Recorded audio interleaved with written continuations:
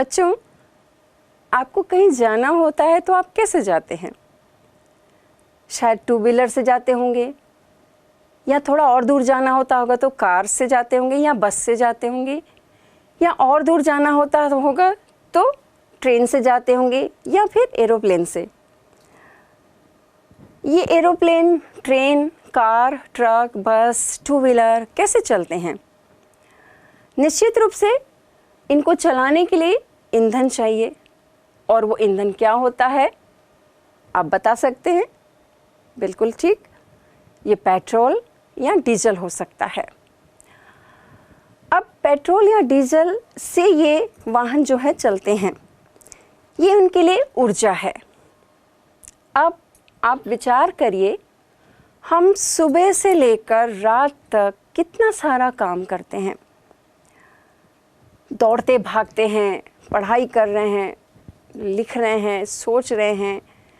ये तो बाहरी रूप से आपको कार्य दिख रहे हैं, हमारे अंदर भी ऐसी कई सारी क्रियाएं चल रही हैं।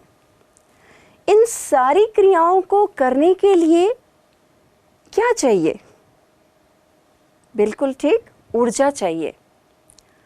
अब ये ऊर्जा हमें कहाँ से मिलती है? भोजन से मिलती है।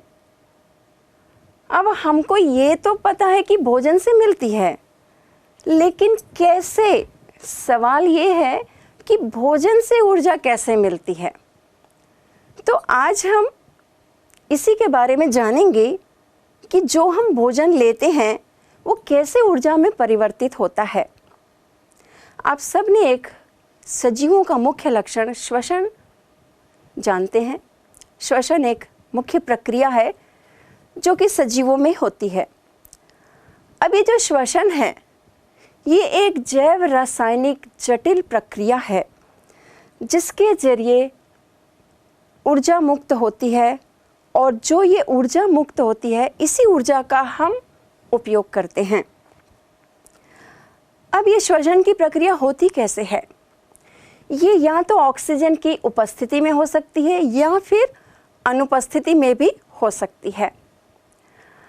तो ये एक ऐसी जटिल रासायनिक क्रिया है जिसके जरिए ग्लूकोज का ऑक्सीकरण होता है ऑक्सीजन की उपस्थिति में, और कार्बन डाइऑक्साइड और जल बनता है, और साथ में ऊर्जा उत्पन्न होती है।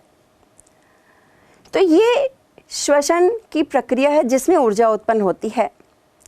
अब हम वायवीय श्वसन की बात करेंगे जिसमें ऑक्सीजन का उपयोग हो रहा है। ये दो तरह का होता है, एक है बाह्य श्वसन और दूसरा है आंतरिक श्वसन। बाह्य श्वसन वो है जिसमें ऑक्सीजन जिसका उपयोग होना है श्वसन की प्रक्रिया में, वो हमारे शरीर के अंदर कैसे पहुंचेगी। ये गैसीय आदान प्रदान के जरिए होता है। इसके लिए श्वसनीय अंग होते हैं, और ये रक्त परिसंचरण के माध्यम से ऑक्सीजन जो है हमारी शरीर की हर एक कोशिकाओं में पहुंचती है। तो ये बाह्य श्वसन की बात हुई। अब जब ये ऑक्सीजन आपकी हर कोशिकाओं में पहुंच गई, तब ऑक्सीजन का उपयोग जो है ऑक्सीकरण के रूप में होगा, यानी कि वहाँ जो ग्लूकोज है उससे क्रिया होगी, और ये कार्बन डाइऑक्साइड और पानी बनेगा और ऊर्जा उत्पन्न होगी। तो चूंकि ये प्रक्रिया जो है कोशिकीय स्तर पर होती है, इसलिए हम इसको कोशिकीय श्वसन भी कहते हैं। अब हम गैसीय आदान प्रदान की बात करेंगे। ये सरल जीवों में अगर हम बात करें, सरल जीव जैसे कि स्पंज हैं, सिलेंट्रेट्स हैं, हाइड्रा वगैरह, फ्लैटवर्म्स हैं, टीनिया सोलियम वगैरह, इनमें कैसे होता है? गैसीय आदान प्रदान का मतलब है वो गैस जो उपयोग में आनी है, यानी कि ऑक्सीजन, उसको अंदर लेना है, और जो कार्बन डाइऑक्साइड बन रही है उसको बाहर निकालना है, यानी मुक्त करना है। तो ये सरल जीवों में जो है विसरण के माध्यम से होता है। विसरण क्या है ये आप सभी जानते हैं, अणुओं का अधिक सांद्रता से कम सांद्रता की ओर गमन करना या गति करना। तो इस तरीके से ये विसरण के माध्यम से इनमें गैसीय आदान प्रदान हो जाता है। अब इससे थोड़े और हायर ऑर्गेनिज्म के तरफ जाएंगे तो जैसे कि एनालिड्स हैं यानी केचुआ आदि वगैरह, इनमें नम त्वचा के द्वारा गैसीय आदान प्रदान होता है। थोड़े और हायर ऑर्गेनिज्म में जाते हैं जैसे कि आर्थ्रोपोड्स हैं, इंसेक्ट्स, उसमें ट्रैकिया होता है जिसके जरिए ये होता है। और जो जलीय आर्थ्रोपोड्स हैं, मोलस्क हैं, उनमें गिल्स होते हैं या क्लोम होते हैं जिनके ज़रिए ये गैसों का आदान प्रदान होता है। हम मछली देखे हैं, मछलियों में भी गिल्स के ज़रिए ही आदान प्रदान होता है। और जो स्थलीय जीव हैं यानी कि हम जैसे या और भी कॉर्डेट्स हैं, उनमें जो है फेफड़ों के ज़रिए ये गैसीय आदान प्रदान होता है। अब हमने ये बात की कि गैसीय आदान प्रदान की यानी कि जो हम बाह्य श्वसन की अभी हम बात कर रहे हैं, तो जो जिस जगह पर ये गैसीय आदान प्रदान होना है उसके लिए कुछ शर्तें हैं, यानी वो कुछ ऐसी परिस्थितियां होनी चाहिए, उसके लिए कुछ आवश्यकताएं हैं। यदि वो फुलफिल होती हैं तो इजीली जो है वो गैसीय आदान प्रदान हो जाता है।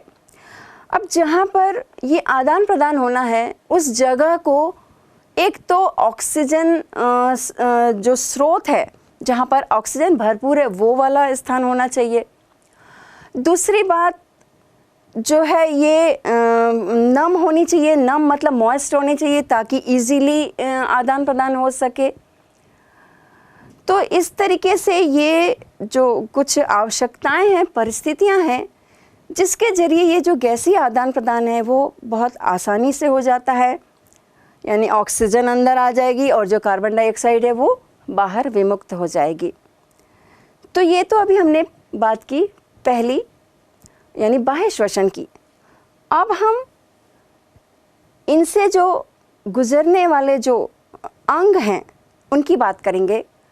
अब हम मुख्यतः मनुष्य के श्वसन तंत्र की बात करेंगे। मनुष्य का श्वसन तंत्र में जो अंग हैं, किस तरीके से ये हवा अंदर आती है, उसमें से ऑक्सीजन जो है वो पूरे शरीर में पहुंचती है और फिर जो कार्बन डाइऑक्साइड बनी है वो फिर कैसे फेफड़ों में आएगी और फेफड़ों से फिर वो बाहर कैसे जाएगी, उसके बारे में अब हम चर्चा करेंगे।